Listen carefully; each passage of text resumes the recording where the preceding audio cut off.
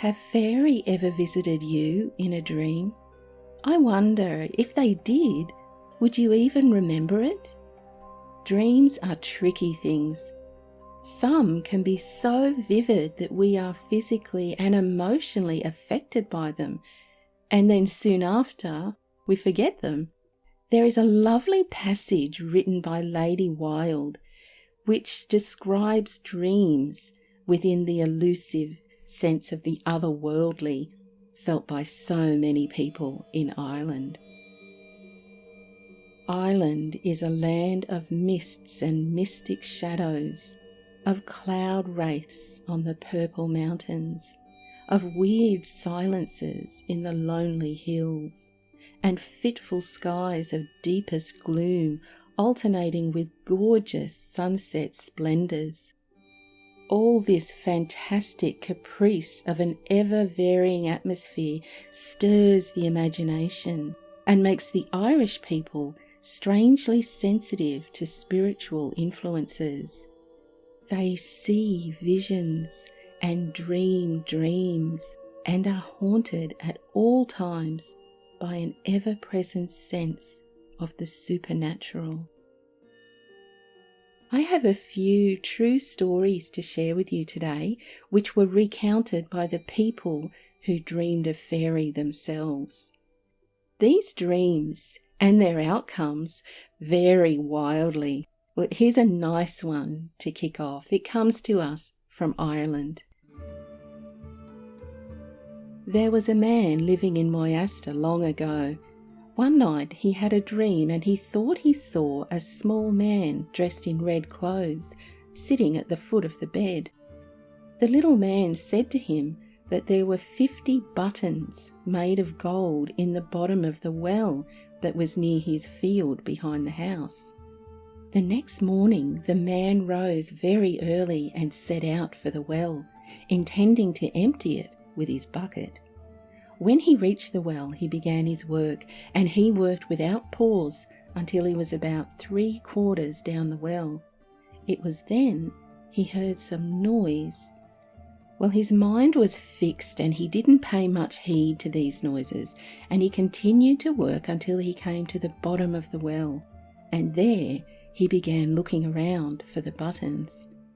He searched under every stone but saw no sign of them, and he began getting very impatient. At last he lifted up one small flagstone, and there he found 50 gold buttons. Well, he brought them home and sold them for a big sum of money. Well, fair to say, the dream that man from County Clare had was a good one. And thankfully for him, it was vivid enough on waking that he remembered the small man in red and his instructions. This proved very profitable for him, but we're left to wonder why this particular man was chosen by the fairy. I think it must have been a kindness to him. An act of charity, if you like. What do you think? Well, let's move to Wales now, and a very different kind of dream experienced by a farmer. The tenant on the Enansford farm here in Gower had a dream one night, and in it he thought he heard soft, sweet music and the patter of dancing feet. Waking up, he beheld his cowshed, which opened off his bedroom, was filled with a multitude of little beings, about 1 foot high, swarming all over his fat ox, and they were preparing to slaughter the ox. Well, he was so shocked he couldn't move, and in a very short time the fairy folk had killed, dressed, and eaten the animal. The feast now being over, they collected up the hide and the bones, except one very small leg bone which they couldn't find. They placed them all in position, then stretched the hide over them. In the morning, the farmer looked over the ox, and it appeared as sound and as fat as ever, but when he let it out to pasture in the morning, he observed that it had a slight lameness in the leg, lacking the missing bone. What is that all about? That is seriously disturbing. Why, do you think, would the fairy come to him in his dream to show him their night ritual?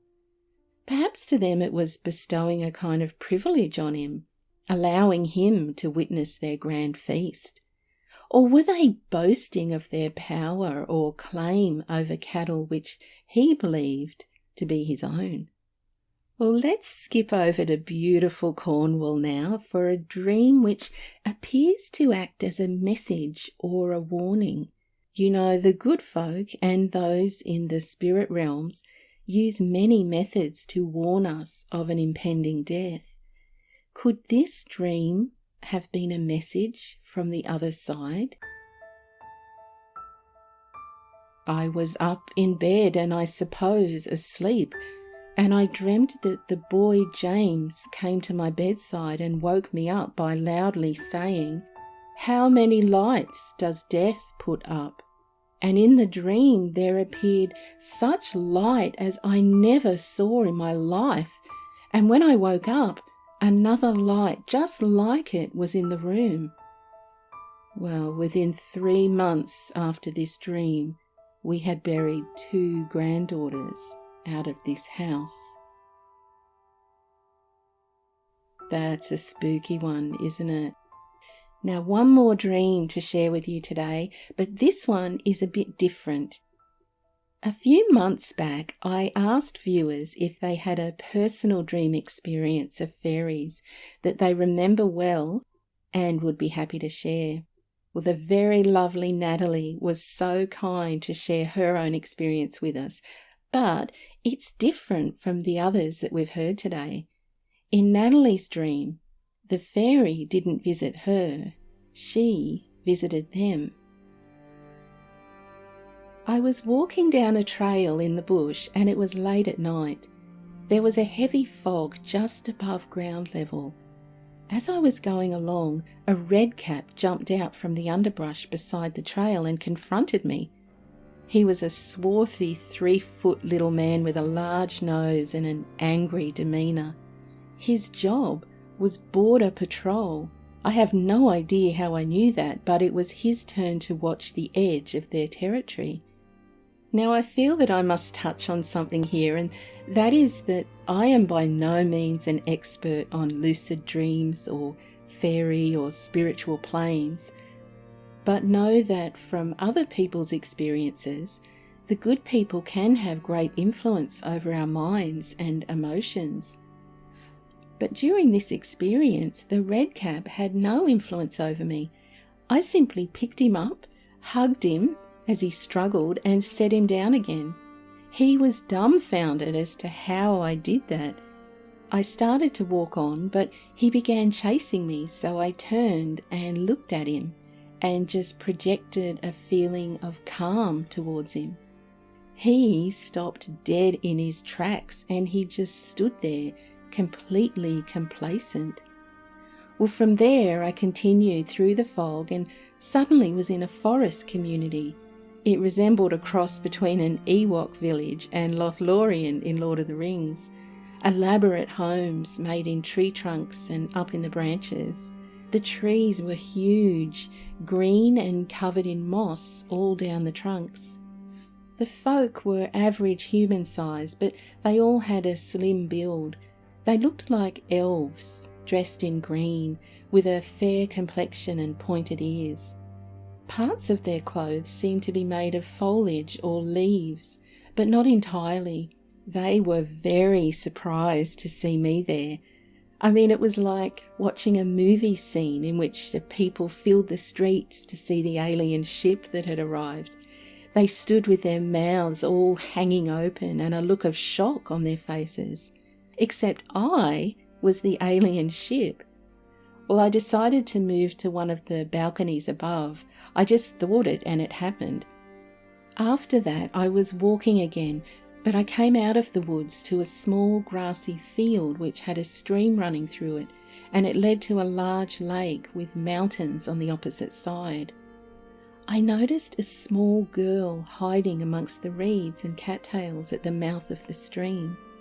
Our eyes met, and I continued walking on towards the edge of the lake to look at the mountains. The next thing I knew, someone took my left hand. It was the girl, and she stood there with me for a few moments.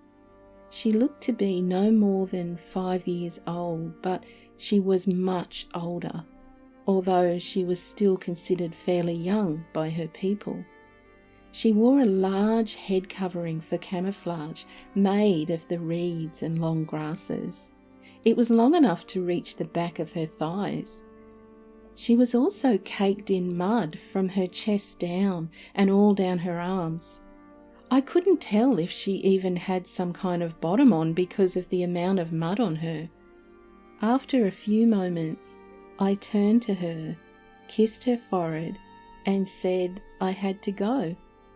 She nodded and let go of my hand. I'd like to send a big-hearted thank you to Natalie for sharing her fairy dream with us. The art that you are looking at just now is Natalie's own painting of the little fairy she saw in the reeds.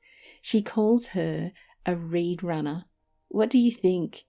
I absolutely love her, and it's thrilling that Natalie was able to express her physical appearance in paint for us all to see.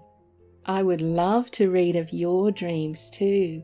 Please share them in the comments below. I just love making these videos and keeping these wonderful mysteries alive. If you'd like to see more of my videos, please take a moment to subscribe to my channel and hit that notifications bell so that you don't miss any future episodes. Until next time, stay curious and be kind. Cheerio!